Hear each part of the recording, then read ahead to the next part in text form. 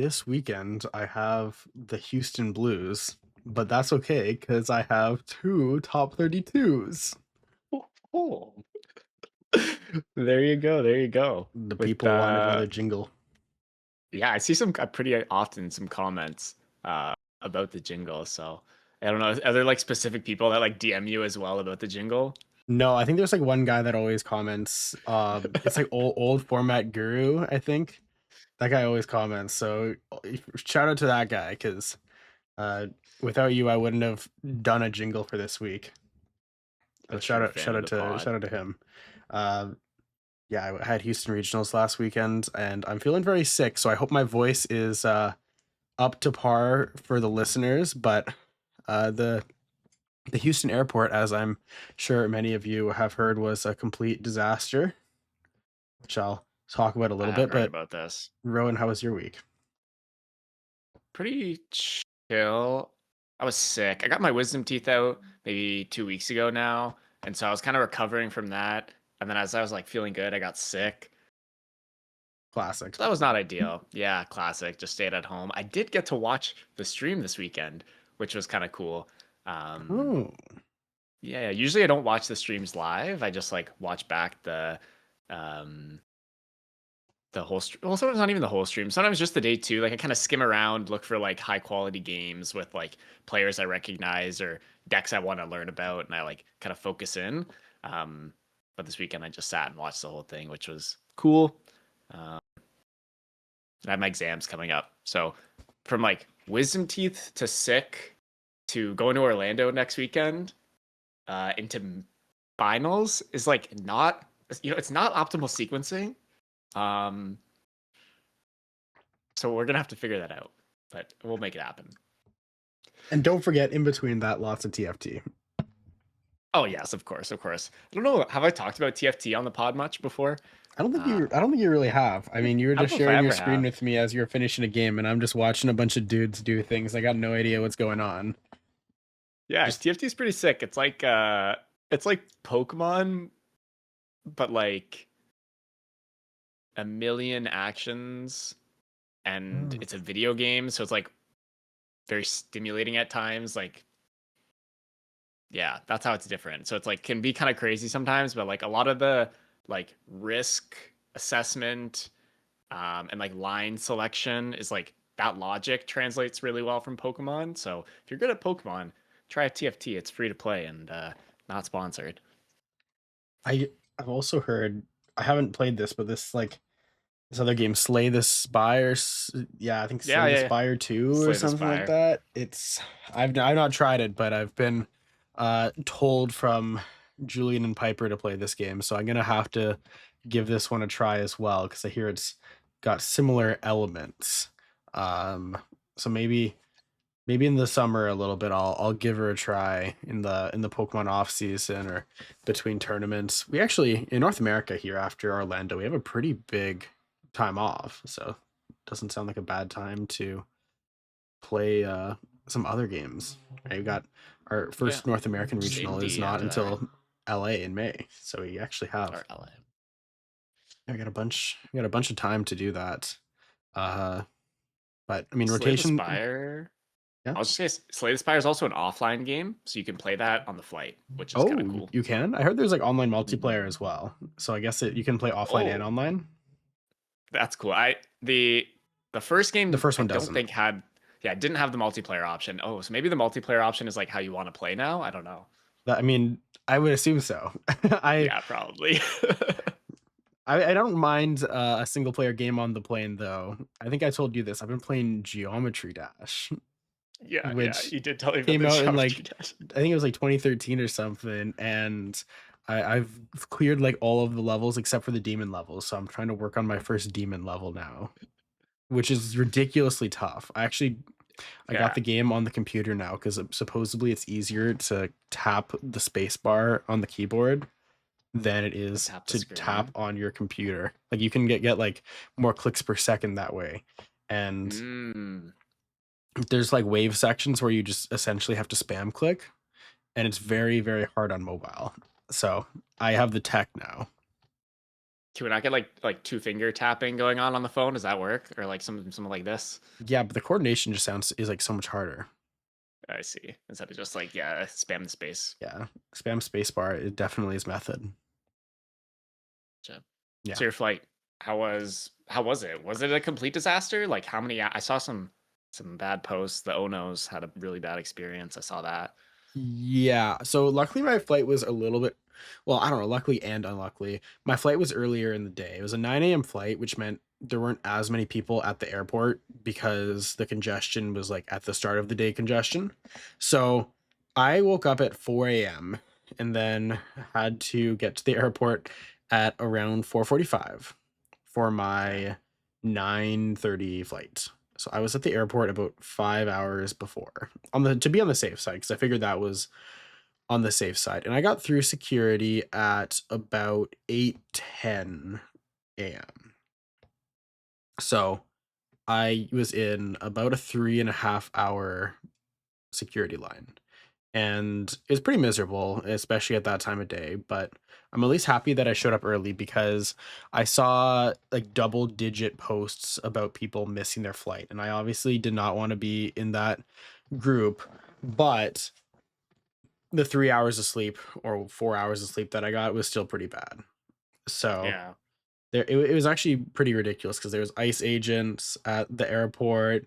There was like I had like the full American airport experience where there was like the drug sniffing dogs. So you had to go through an area where like Oh they my would have word. like a police officer with a dog that would like let the dog kind of like review you as you're going through. I don't know if you've ever had that before. Have you had that before? No, but like Yeah. I know it's a thing, but no, Yeah. I've never actually had that happen. And then there were police officers that just had like straight like AR-15s in the airport, which is kind of wild. Like my Canadian mind can't really comprehend that, to be honest. So Yeah, that was like an interesting airport experience, and it's very like high. Like everyone was like very tense and in a bad mood. Uh, I mean, understandably so. of course. So and like all the people that are working there, all like the TSA agents, they're like not getting paid. So obviously TSA agents aren't in good moods either because they haven't got paid for a month. So it was just pretty bad. Uh, Anyways, I hope hopefully that gets resumed. But for anyone going to Orlando in 2 weeks, prepare for the worst because Mhm. that could also be the reality in 2 weeks. So be prepared for that. And the workers at Toronto Airport are different, Yeah. right? Like even though we go through like the US customs in the it's different, right? We're good at Toronto Airport. Um I don't actually know, but I'm assuming so because there's no like line issues or call out issues. So like I got through Toronto airport security in 20 minutes or something like that and Yeah. customs Yeah. and another 10. So that was totally fine. It was just on the way back. Yeah. Yeah. So I think yeah, we'll probably be our flight home on from Orlando is like 9 a.m. Monday. So we'll be doing the same. 4 a.m. wake up, go to the airport, make sure we don't miss our flight. I have a lab test later that day, so we like I really can't miss that flight. Well, I don't know. I would really like to not miss that flight. You would really yeah, I don't think you'd like to have to miss that because you have to reschedule your flight. And Yeah, you booked this flight specifically to make it back for that lab test. If you're going to miss it, that'd be so we might unfortunate. as well just went to Disney at that point. Yes. Oh, that'd be so sad. Okay, well, we won't miss our flight. Hopefully, Hopefully. manifest it.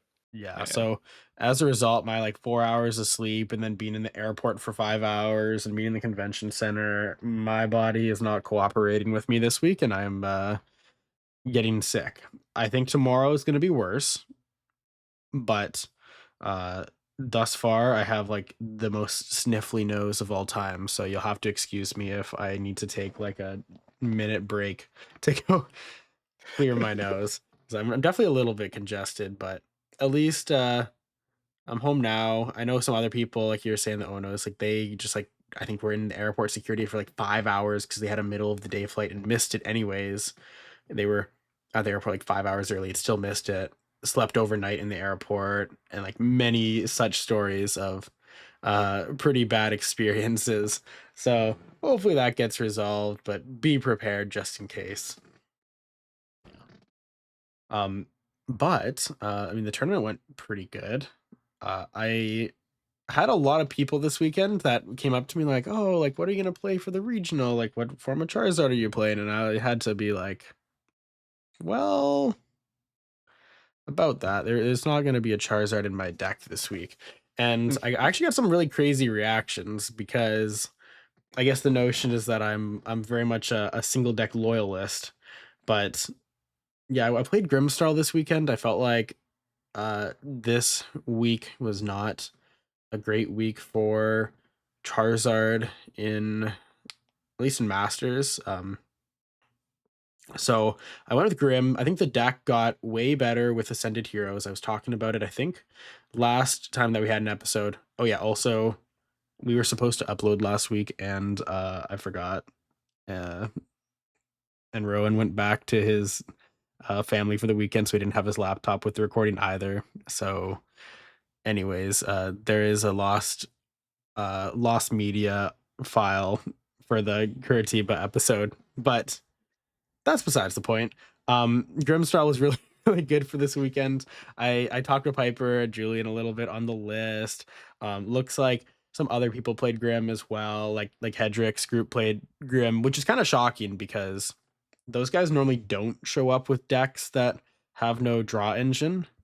So you like definitely have to believe that your deck is like really, really good for them to play a deck with no draw engine. So yeah, I thought the deck was really solid. I went 2-2-2. I'll pull up my run. But honestly, I think I had one of the more boring runs of Pokemon tournaments in a very long time. Grimmsnarl is the kind of deck where uh, a lot of games you kind of just win for free. I don't know if have you played Grimmsnarl much, Rowan? Not at a tournament, played it like against myself for practice and against it at league cups and challenges. Maybe, yeah, no, not really. So a lot of games with this deck, you kind of if you hit turn 1 Evo into like turn 2 Grimmsnarl boss, which happens occasionally, like you just run opponents off the board, especially Dragapult. So I played Yes. against 3 Pultnors, and of these Pultnor games, I did not drop a single game, and a lot of the games my opponent either bricked from Badoo, because I would like open Badoo or get into Badoo turn 1 going second, or I would hit Grimmsnarl boss, knock out both Drakloaks, or they would only make one Drakloak, and then it would just get double Adrenabrain Shadow Bulleted with Frostlass damage, and then it would get knocked out between turns. And I think I maybe had in those two sets like 2 real games of the 6. So this matchup felt like convincingly very, very solid. Dragapult just felt very inconsistent. I like tested this deck and I looked at a lot of lists. So we'll talk maybe a little bit about that. Like Justin Newdorf played like a list with no Hildas and just 4 Lily, 4 Iono. I'm not sure if you saw that. And Uh-huh. like I did. these lists just get absolutely mauled by Itchy Pollen. They are so item reliant, and you just cannot expect to make Drakloaks under item lock almost ever. So that works out really nicely for Grimmsnarl because the deck can lean into Badoo a little bit more, and I think as a result, your Dragapult matchup's pretty good. So my Dragapult games were like completely uninteresting. I had like one game against Zach where it got like kind of close, and he was able to reestablish after I had a strong start, and I just kind of hit the Devo off of the Iono and ended up taking out his only Dragapult and setting his Dracloak back to a Dreepy. So the game was just kind of over from that point. And I think that sums up my Dragapult games. I also played against 3 Goldengos. Um, I think the Goldengo matchup is actually good for this deck now, which is kind of crazy to say because before this used to be like Grimmsnarl's worst matchup. Mhm. But the ability for you to Pokepad for Frostlass is actually pretty unreal. Uh, you just get Frostlass when you whiff TM Evo. And honestly, I didn't TM Evo that much this weekend. Despite playing like the 4 Arvin 2 Evo Secret Box, I didn't Evo that much, but it was totally fine because I would just get a few basics down and play a Lilies, and I would usually find my way into a Frostlass and a Morgrim anyways. So that felt really, really good. Against these 3 Dengos, the 2 Frostlasses definitely hurt a little bit because I only played 3-2. I prized Frostlass 3 times in those 3 sets. So I had to operate as like a single Frostlass in most of them. Luckily for me, with the Badoo, if you Itchy Pollen Iono, it's very possible that your Frostlass survives. And I had a few instances where that happened, but I also did have games where my opponent just bossed and knocked out my only Frostlass, and I kind of just lost. So I think I would like to play 3-3 Frostlass going forward again. It was totally fine outside of these Dengo games, but it almost kind of felt like an unnecessary risk to take when this deck was already so good and it was already like kind of just like a consistency card I could have in there anyways. Would you But cut like second Evo, Shaman? I think just cut the Shaman. Yeah. I think the Shaman's kind of bad. Uh, it's I was trying to get like sold on it because everyone's like, oh, like you need Shaman for Guardy, you need Shaman for Guardy. And while that's maybe true, Guardevoir was only an 8% deck this last weekend. That's And crazy. there's like a Is record that day high. 2? Yeah, this is no, I'm not sure if it's day 2 or day 1, but I'll take a look. Um, but it was 8.6% day Wow. 1, Day and then it 1, was 11% 11. day 2. And I'm kind of okay with not having a Shaman because I don't think it's very good against the other matchups where you can technically use it. Like, I don't think it's actually that good against Zoroark because it really griefs your board because it's a matchup where you Mhm. need Frostlasses. Um, it's not all that good against Grim. It's okay against Grim. The one matchup where it's genuinely very, very strong is Raging Bolt and Terrabox, but I don't know. It's like Raging Bolt and Terrabox. I'm not really teching for Low Raging Bolt and meta. Terrabox.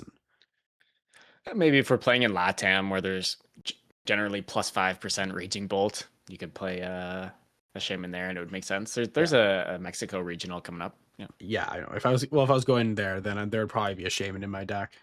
Shaman Charm's really good, actually. I will play the Charm as well. I'll cut an Evo for a Charm. The Charm Shaman is pretty good because your Shaman's basically invincible against Guardy. So they Yeah. pretty much can You can't never. triple monkey it. Yeah, even if you have Frostlass in play, they can't deal with your Shaman. Then it's just double monkey, which is Yeah, like kind of bad, right? that's okay. That's really bad, actually. Right? If Double well, here, monkey and then kill something else. oh yeah, well if you have Charm, it's fine. Yes, with the charm, it's Yeah, fine. you can go Charm Shaman, Frostlass, Monkey, Grim, and your Frostlass generally is gonna have a decent time. So that's pretty good. What do Also, you do against Zoroark though? Like if you don't play Shaman and like can't they at any point just start mana tan both your Frostlass and it's like really bad?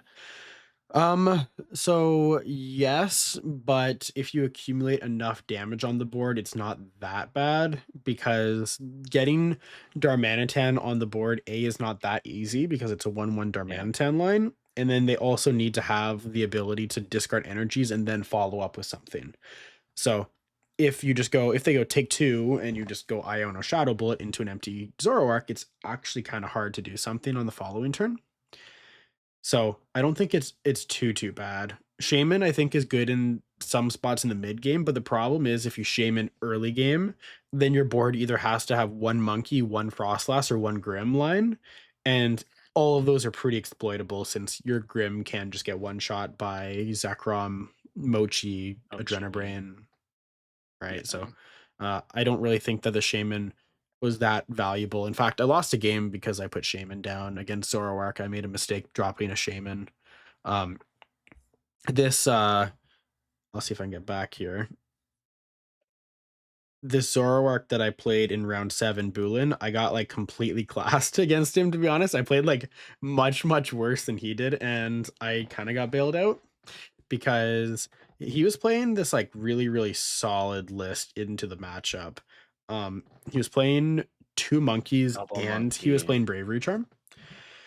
Yeah. So the bravery charm was really annoying because in game one, he just bravery charmed his Badoo. So the Badoo is kind of, I had a super, super hot start and I like looked at my map and I was like, okay, if I can like knock out this Badoo, then I'm chilling. And if you can't, uh, if you have to play Turtle, you can't play boss or you can't play Iono, and I'm going to be totally fine. So I thought that I had like a super, super solid map set up, and then he charmed his Badoo, and I just couldn't convert my prize map very effectively. And I had to, I got into a spot where he was like sending 60 over with Adrenabrain every turn, and he had kind of counter captured a Frostlass, Ionoed me down to 1 or 2. Mhm. And I like had, I think I needed like energy plus, I might have been energy plus something. I don't think it was a plus boss, but I needed like 2 pieces off of like an Iono. And I had, I think, 2 turns to hit it, and I managed to just hit both pieces. So I got pretty fortunate to win a game there. And then the second game, I like griefed my board with that Shaman. So I only, but I didn't want my only Frostlass to get knocked out. So I went to like a 1 monkey board, and I thought it was okay to go to a 1 monkey board because he had like a Darumaka in play. So I was like, oh, he can't really take advantage of me only having 1 monkey in play because he can't really accumulate a bunch of monkeys on his own board. But the problem with that was I benched the Shaman and Adrenabrain knocked out his Badoo, and he just promoted the Darumaka. So I really needed to not bench that Shaman until I took that Adrenabrain KO. And because I did my ordering Oh wrong, my he gosh. just sacked the Yes. Darumaka, and I got like farmed for free. He killed And he both of goes my double Grims. monkey. Yeah, he killed both my Grims in 1 turn. He like left one of my Grims at like 310, so I couldn't bench another monkey.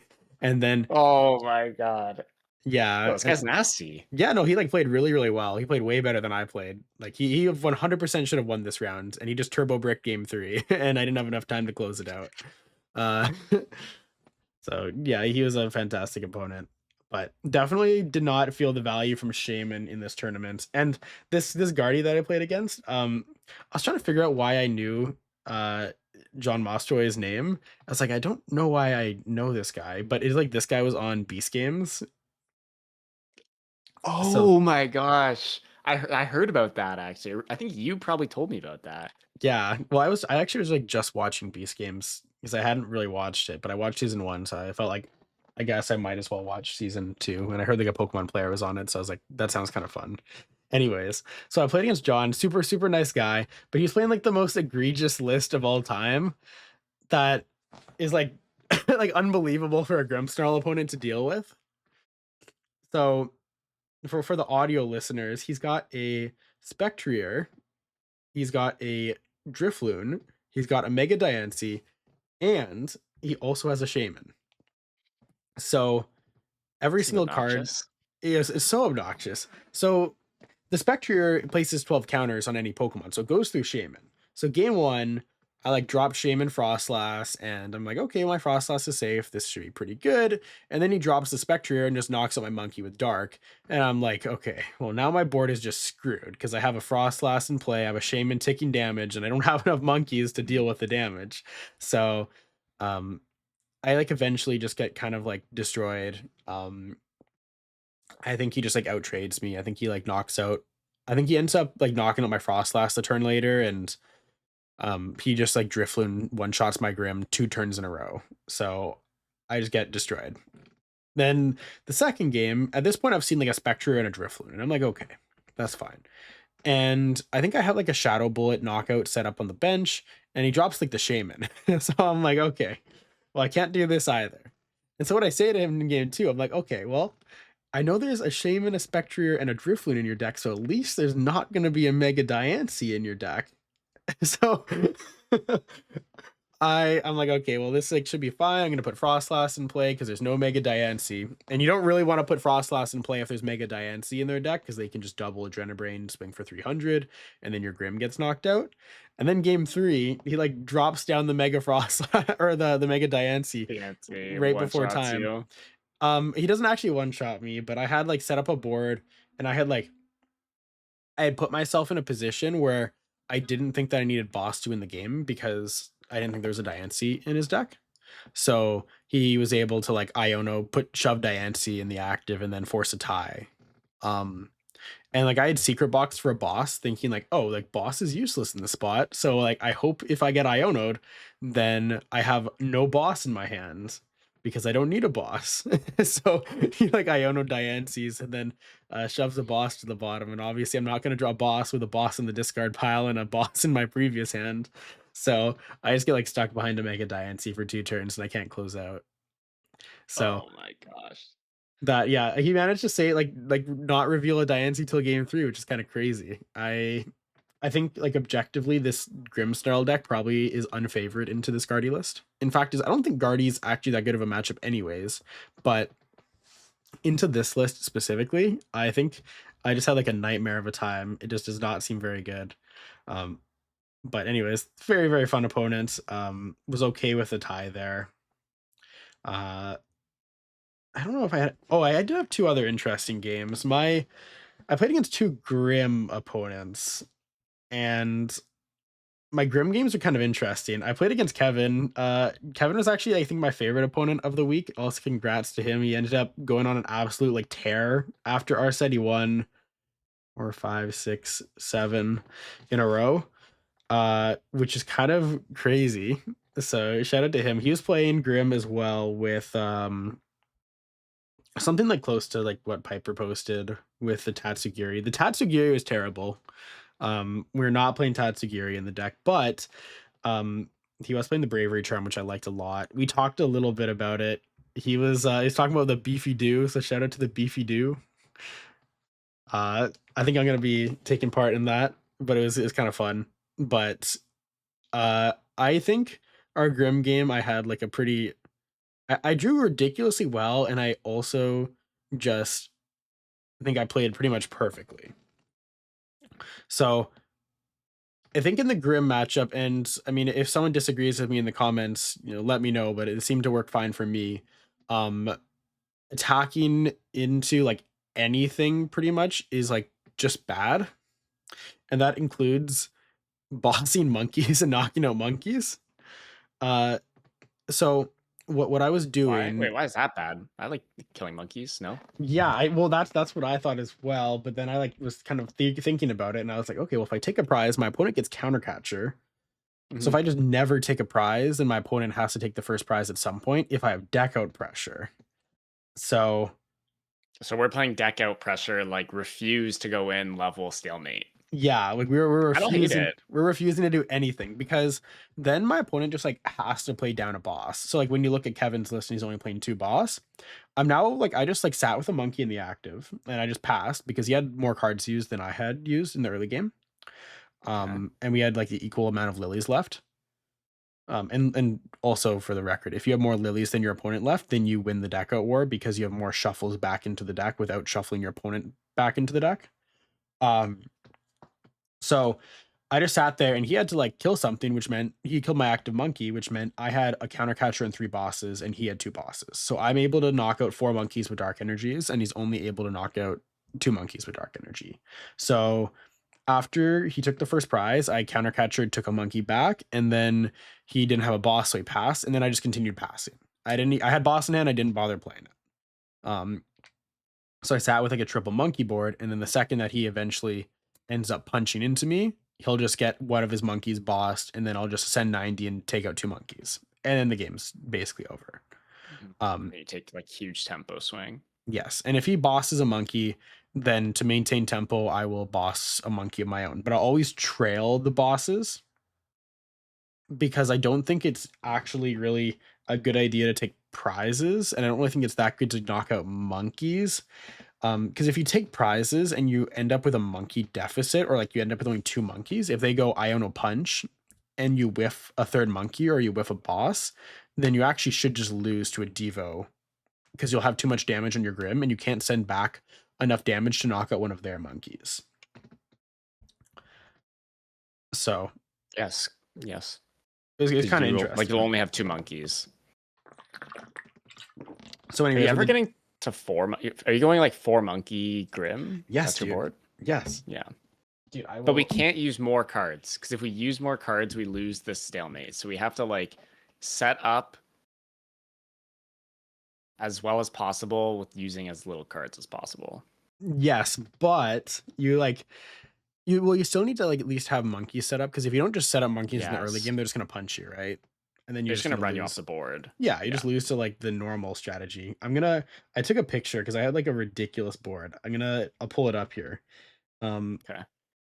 But this is like the end of game 2. I have to open up a new tab on Chrome and then pull up Messenger. I just sent it to, I think I sent it to you, and I'm gonna take the screenshot and put it in the thing. in the other tab. Hold up for a second. Wait, so one bundle would be like insane in this Grim Mirror then, right? I think We're just bundles. breaking stalemate. Well, I think bundles. Oh, download. That's clearly like not what I was looking to do here, guys. No. Okay, well, I'm gonna download the image. I think bundle's pretty good, but the problem with bundle is that you also like if they have 2 Grims on board, then bundle doesn't then do it's anything. bad. Yeah. They'll just Double push Grim, Grim. 4 monkey. Yeah. Okay. I downloaded it, and now I'm going to see if I can send the image over to the other tab. Here we go. That should work. Okay. Can you see it? You can see that now, Yeah, right? this is disgusting. Yeah. Just So I got double Grim, quad monkey. Yeah. And 2 boss in hand. Yeah, 2 boss in hand as well. It's like I got to this like disgusting board, and my 9th dark energy was prized as well. So I just had like all 8 dark energies in play with 4 monkeys set up. So oh my god, this is disgusting. Yeah, so like I essentially just kind of sat there until he did anything. And the nice news as well is, like, I think when you play against most Grim players, they kind of just like get impatient, and they just like do something, right? They'll just do something. They won't even let it get to a deck out war because they'll just do something. And obviously, like if you do something, you can expect something like this to happen. Because even if you want to boss a monkey, that's fine, but you cannot actually hand disrupt and hit a monkey on the same turn. So if I'm sitting on boss, you can't really do anything about it. So I think the longer that you like draw past, the more likely you are to have boss in hand. So it's hard for your opponent to actually like do something that is productive unless you kind of just don't get set up. So I think the deck out pressure is really important. And I think getting countercatcher usage is really important. Like I think taking the first prize is just exceedingly bad unless you're knocking out a monkey with a dark. But I never even put a dark energy on my active monkey. Like I would open monkey and then I just wouldn't attach to it. Even if I had an evo opportunity, I'd just pass up the evo opportunity to just put dark energies on the bench monkeys, because that energy is just not worth committing and giving up a monkey with a dark for free. Because you only have so many energies in the deck, and you want 4 darks for 2 Grims, and you want 4 darks for 4 monkeys. So it's not like you really have enough darks. Yeah, you don't really have enough darks and enough stretchers to just like sacrifice a monkey with a dark just for the purpose of evoing. It's kind of a waste. Especially because it seems like it doesn't matter. Like the idea of a prize trade is non-existent when you can get to a board with 4 monkeys. It's like your opponent's not even attacking, basically. Yeah. And if you open a snow run, I think it's also fine because you just leave the snow run in the active indefinitely and you just never evolve it. So like eventually your opponent will have to knock out a snow run if they want to deal with a snow run. So I think okay. Like if you really go down this rabbit hole of like these stalemates, I feel like there are boards where someone puts down a Frostlass, right? Yeah. Like I feel like if you're behind, you just, right, like if you're losing deck out war, your list isn't built for the mirror. Like I think Hedrick maybe had 0 boss in his deck. Yeah. Like surely we're just putting down a Frostlass and trying to be aggressive if our list is not built for the mirror. I think that is reasonable. Like that's in our set. Kevin put a Frostlass in play game 1, and then this was this might have been game 2. But anyways, like the end result was he put a Frostlass in play, and then I think I just like drew boss and took out 2 monkeys, and the game was over. So you ever like go like double Grim, triple monkey, and then you like put down don't put down Frostlass for a while, but then you go like put down Frostlass, punch your Grim, damage your other Grim, and then we're just like threatening some kind of Devo. I don't know. Even like clearing the Grims, you might still lose to just like 4 monkeys when you have a Frostlass. Well, yeah, actually, I didn't even think about this, but if there's a Frostlass in play and the other guy's got 4 monkeys, then you can just one-shot a Grim between turns. Yeah, that too. So you could actually just take away all of their damage. I mean, I'm sure there are like situations where the Frostlass becomes correct, and especially like if you are getting more monkeys down early than your opponent is, Frostlass does end up helping you more than the opponent. But it's just like if you put Frostlass in play, they only need to have 2 monkeys set up to take out 2 of your monkeys. And So then you lose monkey advantage. yeah, you can have monkey probably lose advantage the and lose game. it. But if you have monkey advantage and you don't put a Frostlass in play, you can't lose more than 1 monkey unless you punch into something. Yeah, you just lose the monkey advantage by like if you get to like 4 monkeys or whatever, and then you're not attacking and then they catch up if you're Yeah. like not attacking. Yeah, but I get all the games my opponent was just like they had some sort of like deck out pressure, so and I don't think it really got that far anyways, but I feel like Who I'll probably knows if they were even thinking about like the stalemate nature? Well, they were passing sometimes, so Yeah. they must have been. Well, yeah, I was talking to Kevin in our set, and he was talking about the fact that he he was counting. He like saw me counting cards in the discard pile, and he knew that I was counting cards in the discard pile, even though I was trying to be like a little bit like sly about this about it, so he couldn't tell. So he realized that's what I was doing like pretty early on. That's funny. So it was very interesting. I don't know if that's like 100% optimal. I could be wrong for all I know, but like it worked in the 2 games that I played against. And I don't think people are really grinding Grimmsnarl mirror like that, so I'll probably just take the same attitude into the next tournament if I play Grim for Orlando. Worked once, probably work again. What else? Tell me about this Crustle game, dude. There's a loss against Crustle I've been looking at the whole time. Like how did this happen? Did we just brick twice? We get donked, or like did we just somehow lose a fair game? So the game plan is to Badoo them the whole way, because if you don't Badoo them, they just use their heals. And so Ian just got 2 spiky energies on his Crustle on like turn 3. And it's just like a complete disaster, because when you itchy pollen, your Badoo just dies now. Yes. So essentially what happened game 1 is I got a Crustle to like 220. And I think he played a Lilies because he had no heals in hand, because I whiffed the Badoo. And so he whiffed off the Lilies, and then I Lilied, and then I whiffed Badoo again, and it went to 240 between turns with double Frostlass in play, and then he just went Pokevital, or Arven for Pokevital, and then I just like lost on the spot. So I just couldn't chain Badoos enough. It was not good. The deck was like definitely struggling to do things, but because he got 2 spikies, like he didn't really need to do that much except just like attack, right? Because he's taking so many prize cards. And I kind of got ran over pretty quick. I didn't even the game was so fast, I didn't even have time to like push a Grim and then just try to eat a hit and like absorb 120 and pivot and do some like weird stuff. The second game I prized 2 snow runs and a Frostlass. So, and obviously like if you can only make 1 Frostlass, your Frostlass is just gonna get bossed. So I kind of just lost for free. I like maybe could have had something kind of interesting where I reestablished Frostlass and Ionoed him to 1 and chucked a Grim in the active. So I had just enough damage where if he punched into the Grim, at least I think I'd have to like actually look at the math, because it was my only line anyway, so I wasn't even really fully calculating the math, but I definitely had enough to like Adrenabrain kill 1 of the 2 Crustals. And then I thought that I had enough to Devo the other Crustle, because that one didn't have Mist Energy on it. So I thought that I had a line where if I hit Candy Grim, then I would have had a line, but I needed to draw into Candy off of the Iono. So I had like an 11 card deck. I think I was drawing 6, so I was like 6 over 11 to hit the Candy, and then I had Spike Booth in play to get Grim.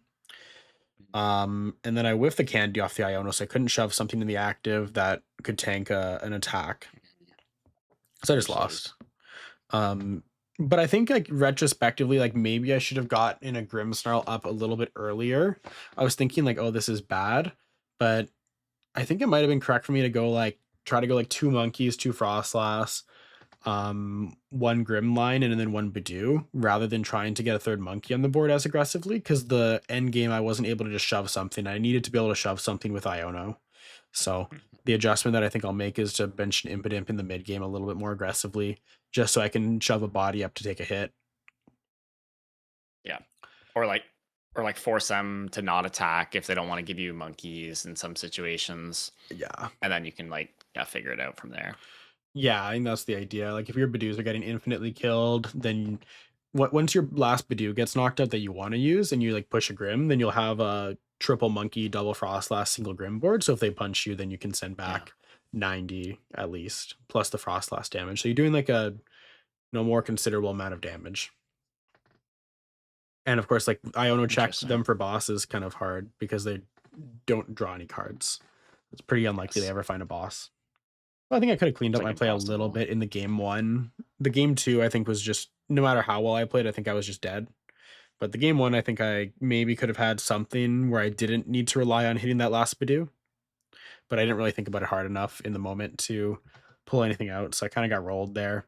My other loss was against Joseph, and I kind of got destroyed games 2 and 3. He's playing like a list that is like unbelievably hard for you to beat as Grim. Like he's playing triple Penny, double Cipher, double E switch, 8 dark energies. And like you're never And beating no, this. yeah, no cornerstone, no nonsense, just Yeah. darks. There's literally no bad cards in this deck except for a tool scrapper for the matchup. So, I mean, game one, I won like a 30-minute game one because he was playing too conservatively. He had like an opportunity to just get my only Grim off the board, but it would have lost to Candy Grim. But I had a 1 card hand, and he wasn't sure if it was a supporter or not. But the problem, and why I think he should have just taken the kill, was I had a Grim in the discard pile already, so I would have had double Grim down. So it wasn't that I would have just needed a Lilies or like Arvin for Candy. I would have needed Stretcher and I would have needed Candy. It's like Arvin in hand doesn't win me the game there with a second Grim.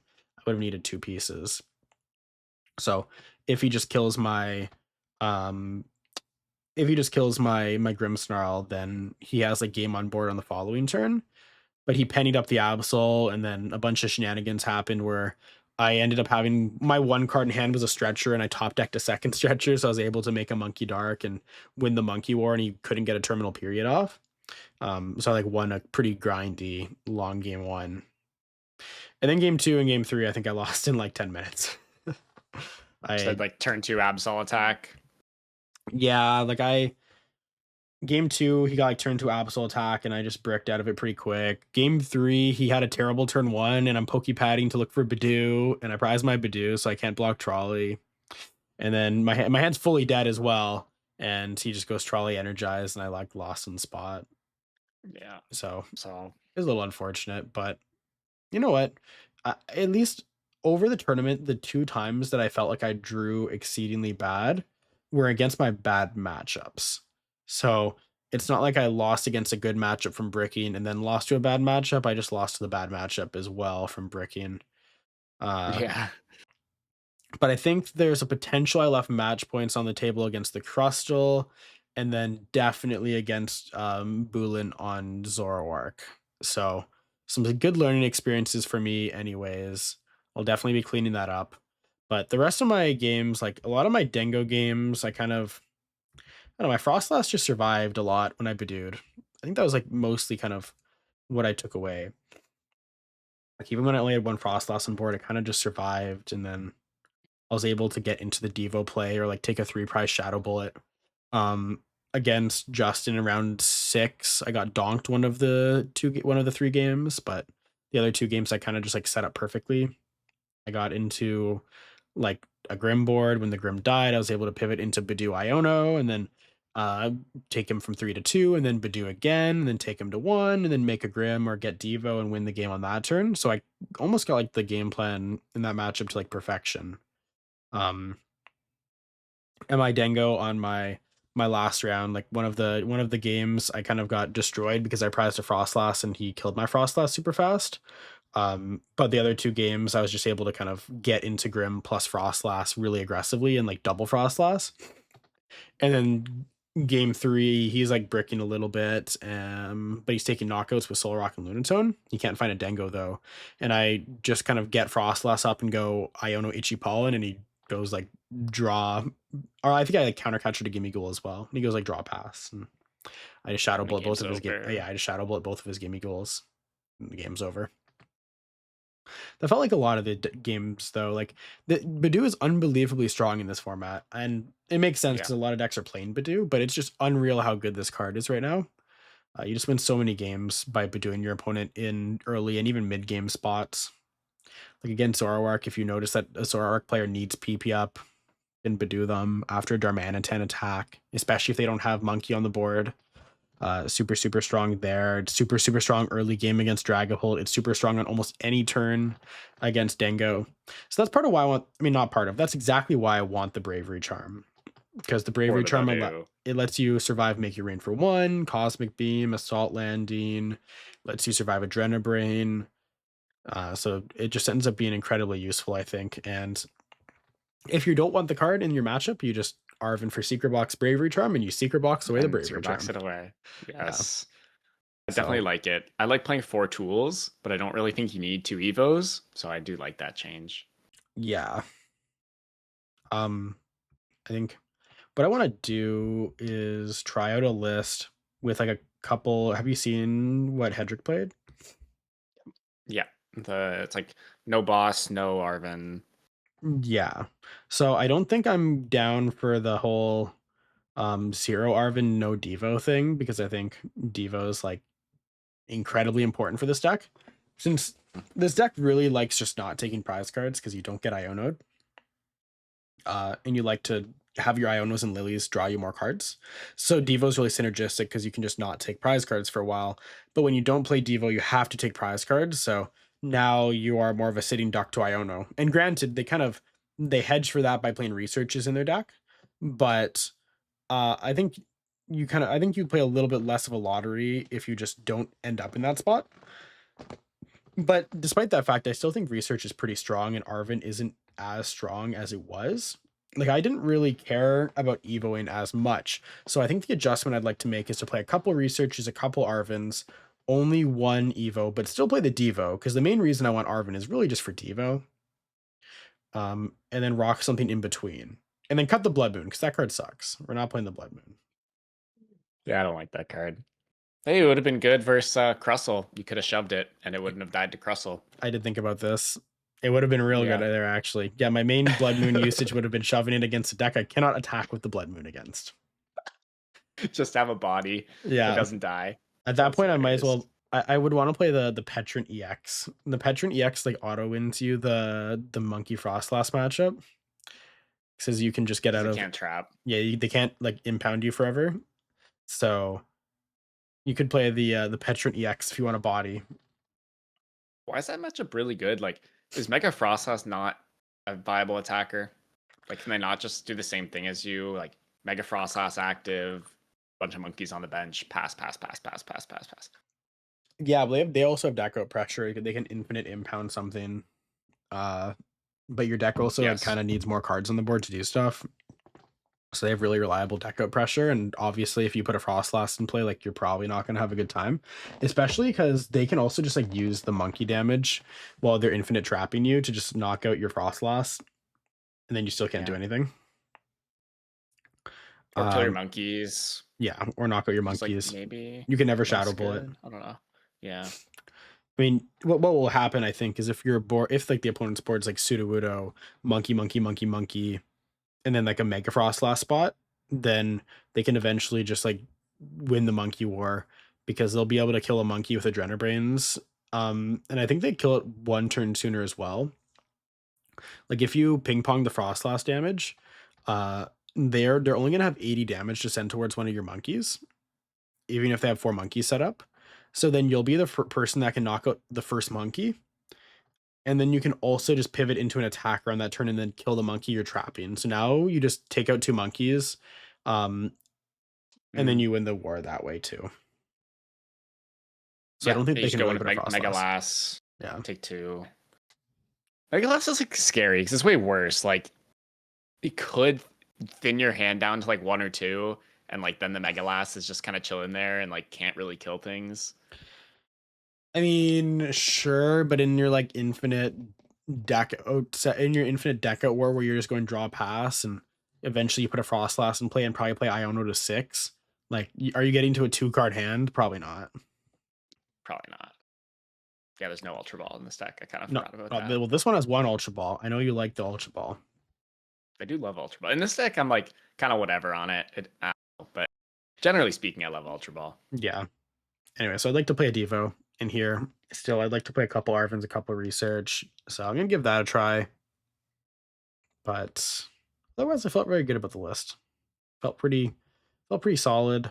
Felt consistent. That was something that Grim normally doesn't feel. I felt like it was really smooth. So probably give it a go again to Orlando, unless I want to play Guardy, but I don't really think I want to play Guardy.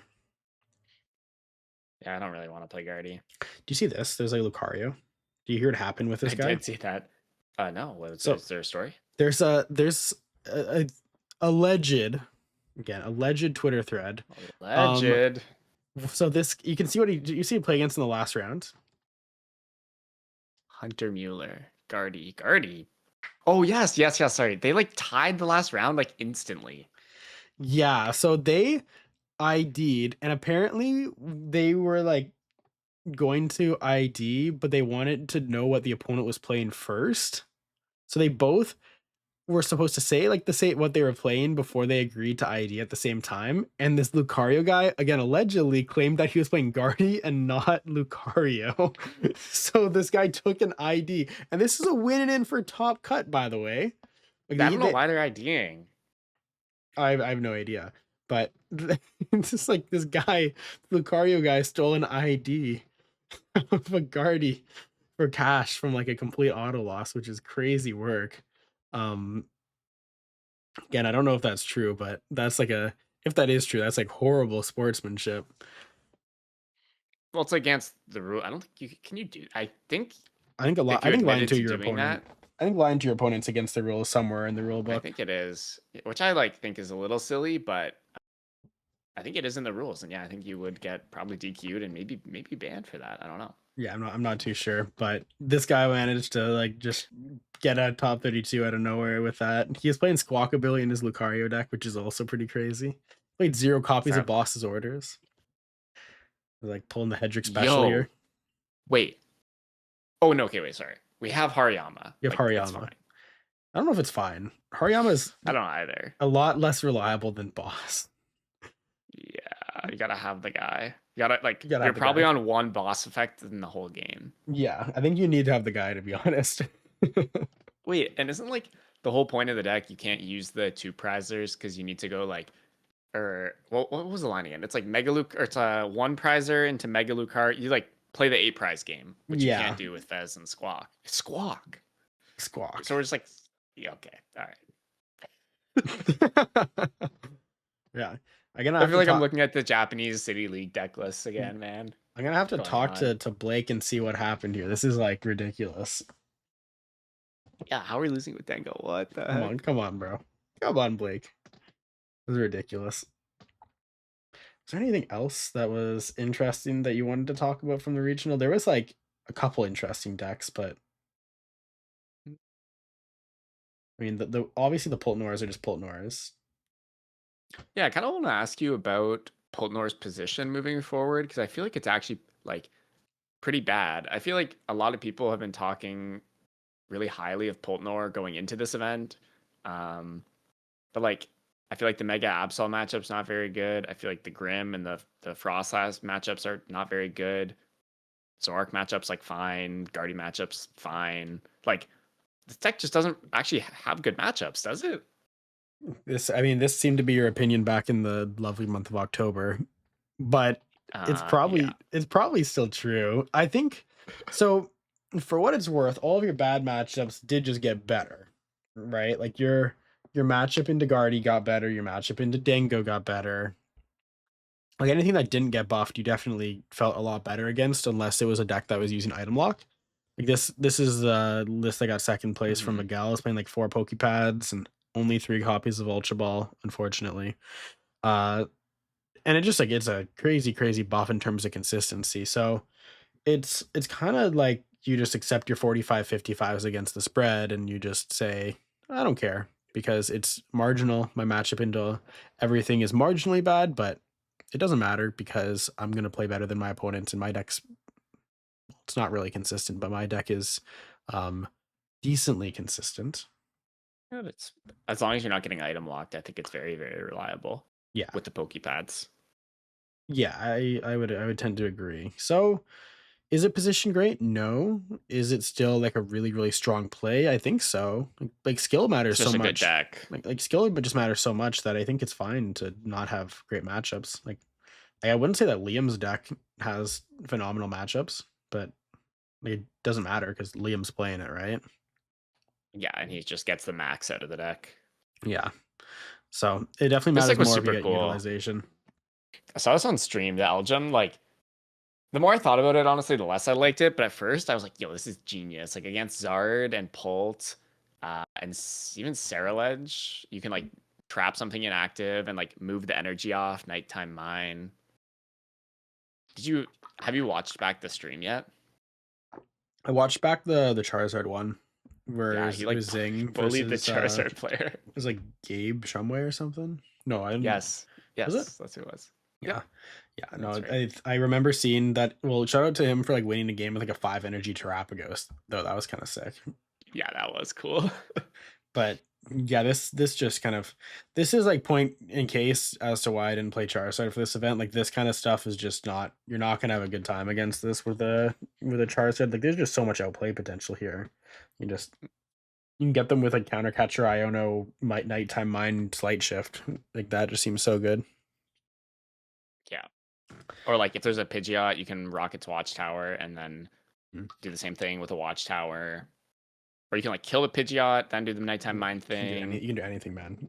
You can do anything. It's like, if you set up, it's, like, really hard to lose to Zard with this deck, I think. Yeah, but honestly, just on a grand scale, I think this deck is just very, very cool, and it gives you a lot of really cool like outplay potential, and you win some long grindy games where you essentially just like slowly work towards like a 100% win rate, and your opponent can't really have any outs to certain spots. You don't have to ever rely on Iono and then they whiff. You can actually like forcefully Yeah. impose a win, which I think is always really cool if you make a deck that can do that. I think the Algem might beat Crustle also. They play 4 mist energies, sir. Oh, yeah, you can't do that. Okay, never mind. Nope, that is nothing. Nope. Yeah, you're probably not beating Crustle with this one. There's not even a Mochi, actually, so they don't even have to do the spiky energy thing. Yeah. They got 2 monkeys in their deck, I guess. No, there's just no way. Two spikies on a Crustle, and you kind of just pack it up. I think. Yeah. There's just no way. You cannot deal with that at all. I guess you can Defiance Band and Shred for 100. But it just doesn't seem Yeah. good enough. At least, yeah, if they have double spiky, you just immediately die. And probably get ice creamed. I mean, you can Iono them, but, like, it would be like tank a bunch of prizes, play an Iono, hope they have a stroke. I mean, doesn't like seriously, if they get 2 spiky energies onto a Crustle, they're just gonna pass indefinitely, right? No. Like, there's a Zoroark. They can't pass infinite. Oh, where is this Rosek? Well, I guess you just wait until you boss and then you boss. Yeah, they just wait until they play 4 boss and they'll let's see his appeal. There's like a million gust effects. It's Yeah, not gonna work. but you're not gonna like punch a Zoroark without a boss in your hand and let them just run indefinitely, right? Because that's how you lose. No. Yeah, then you can like get hit by monkeys and you're getting shredded and like now it's kind of scary. Yeah, but actually, the Zerosic is kind of cool in that sense because I do think if there's no Zerosic pressure, you do just draw pass indefinitely because you're never decking out first. Yeah, no. So they have to punch you and then you one shot them otherwise. So this list at least has that going on for it. But yeah, kind of cool. Probably won't get as much play as the standard Zoroark just because of how hard to pick it up it probably is. So are we surprised to see that pick up any steam? But it's cool. There's also we should talk about Joseph's list as well. Oh yeah, this list is super sick. Well, just the deck in general, I think is cool. Yeah, it's also playing the LGM Nighttime Mine. Just a complete disaster if you're like a Dragapult or Charizard player walking into these decks. Oh my god. Playing Pult against this would like be so awful. So awful. Yeah. This is not a great experience. You just Okay, so what's functionally the difference, like matchup wise, between this deck and Grim. Guardy would be worse. I think it's just Guardy's worse, and then any big beat stick that can maintain low hand size that also doesn't have an ability. So like Mega Lucario. Like you Mega probably, Lucario, okay.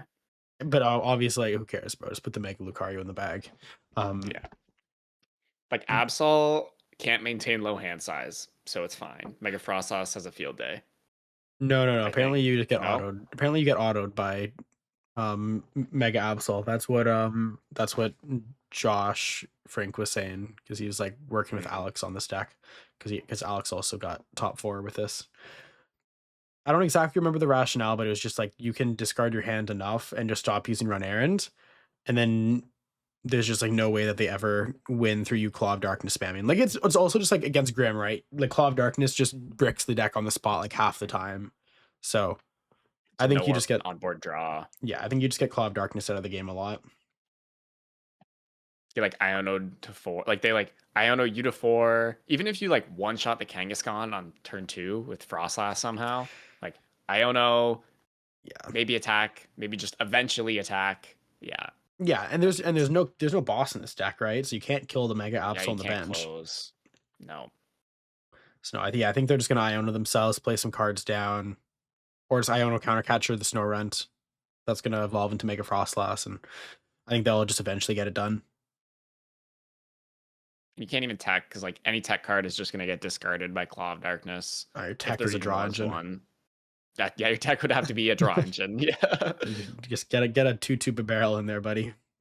There we go. Yeah. And like it can't even be because they just knock out the draw engine and Claw of Darkness. Like, oh my god. No. Yeah, so but this deck is super, super cool, super strong. Will probably do really well in Orlando as well. I think Battle Yeah. Cage is a card that should be on people's radars if you're looking to beat this deck. I think that card's really good here. Obviously, they have 4 stadium bumps, but if you drop Battle Cage in the mid game and Iono them to 4, if they've had to take prize cards in some regard, Mhm. then you can get them with Battle Cage. I think at least somewhat. You can force them to a lot, anyways, to deal with Battle Cage. The annoying part about Battle Cage, though, is Battle Cage does not stop the Frostlasses from damaging their own monkeys. It just stops them from sending damage, because the way that Battle Cage is worded, it's just stop it from your opponents. So on your side, your Frostlass is Mm. damaging your own Pokemon. So I learned that the hard way when I was trying to play Battle Cage Zard, and that was not fun. Yes, because they could still damage themselves and then bump the stadium and then move the damage and clear your guys. So you like need to have like 3 or maybe even 4 Battle Cages in the deck, which is kind of ridiculous. Can they like send the damage into the void as well? Like, can they heal their monkeys and like try to put it on your side and it just like doesn't place? Should read You know what I the mean? wording on Battle Cage. This is a good pivot for me to look at the Battle Cage Zard that got 32.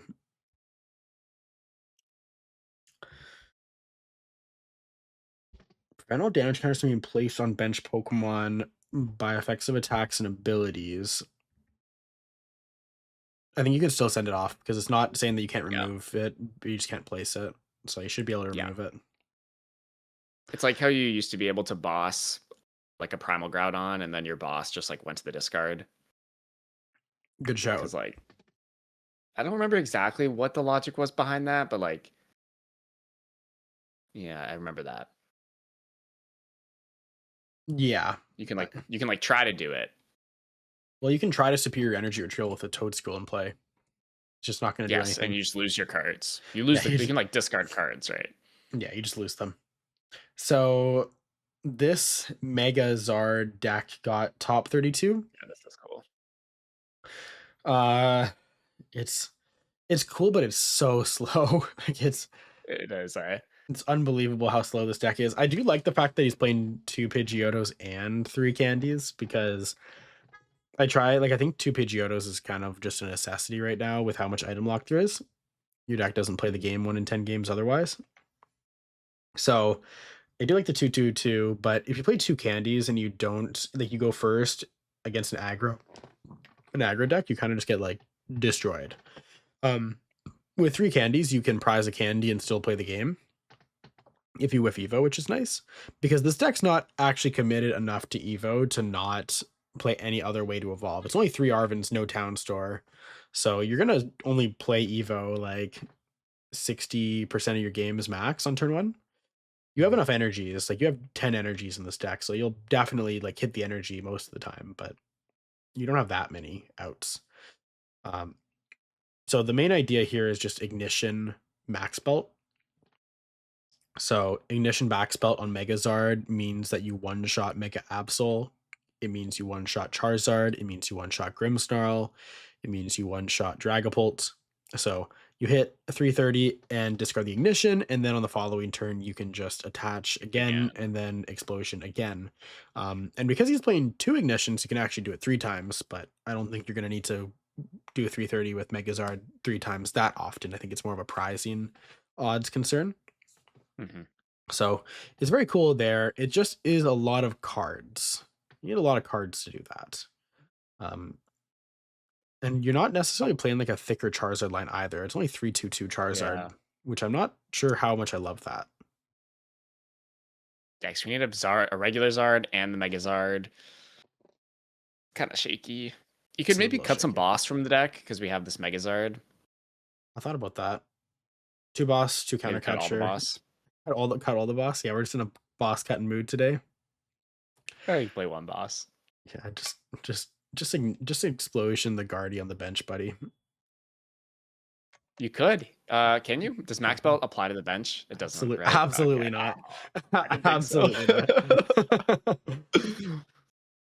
Okay, so no good. Yeah. Oh, and if they're Terra, you also can't, which is like kind of bad. Yeah, that is like literally everything in the format except for like Grimmsnarl that you want to knock out. But you do like Yeah. destroy Mega Absol with this. He played against Joseph like the round after Joseph played against me, and he just like crushed him apparently. Uh, so you do have that going for you. So your Grim matchup's pretty good. Like you have the battle cages, you have the Mega Zard to one shot, you still have the Mist Energy, you can just max belt regular Zard, and the matchup's kind of slow there too. So it's pretty good there. Um, you should have a field day with Absol. Uh, yeah, but other than that, I'm not too sure. Like it's very overtech for those decks. Um, Yeah. you probably have a little bit of a better time against Frostlass Monkey as well. Maybe your favorite against Frostlass Monkey. I'm not sure if favorite is crossing too far of a line, but you have battle cages, you have mist energy, you You protect have your Zard from Devo. yeah, you have two Pidgeot, two Charmeleons. So I think you're probably feeling pretty good about your Frostlass Monkey matchup. And it looks like he had a good time against Zoroark as well, because the other 280 you care about is just Explosion, one-shot Zoroark.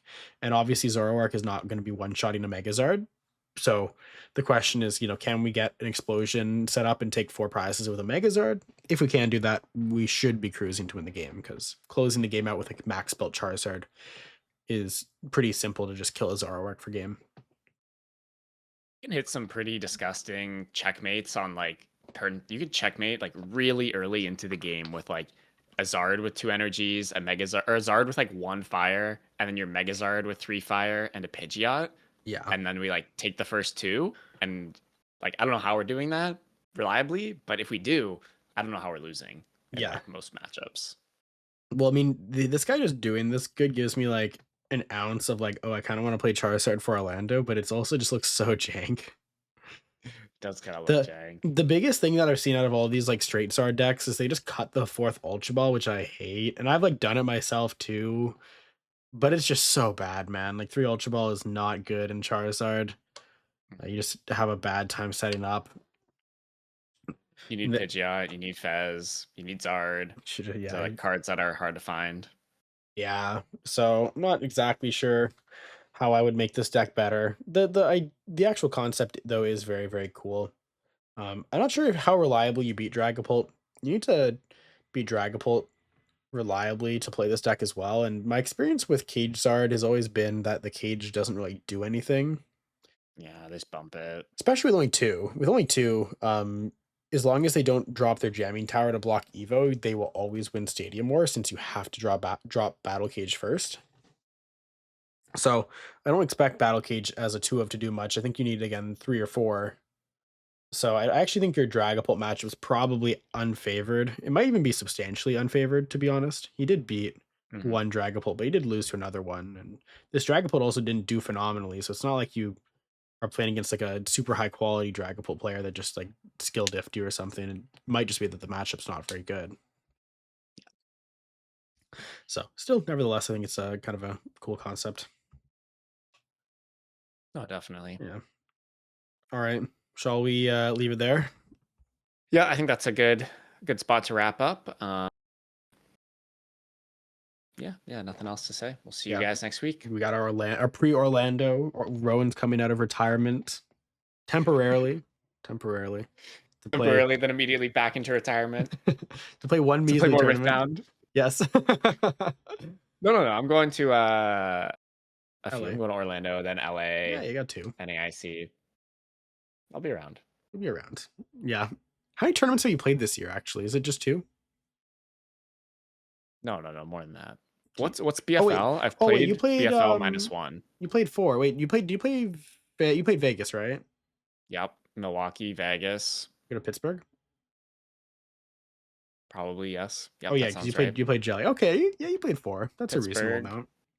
yeah, Toronto, 4. Yeah. I need one more to like get a BFL and make sure I qual for Worlds, which I think is like should be a lock. Might have to do some tomfoolery. May have to play Crustle to Orlando. That's some secret lore for anyone who managed to get an hour through the podcast episode. You might see me playing Crustle. It's Quad Wheezing V2. Charlie Lockyer dropped the fire list on Twitter. He said he might do a masterclass. I'm signing up. And I'm playing Crustle. Bro. You're signing up for the Crustle Masterclass. Just put No, just I probably put, won't. just put the spiky energy on the Crustle, man. Yeah, I don't need the masterclass. Attach and maybe pass. Sometimes you pass though. Ascension. You gotta know Ascension. to pass. Yeah. Ascension. No, I think the biggest skill there is not taking knockouts. If you swing at the wrong times, you might lose. So you are right. Get into monkeys or take too many prizes without like a developed board. And anyways, I'm not talking. We don't need to talk Crustle strategy. Let's just wrap up the episode, and then we'll see you guys next week. Take care.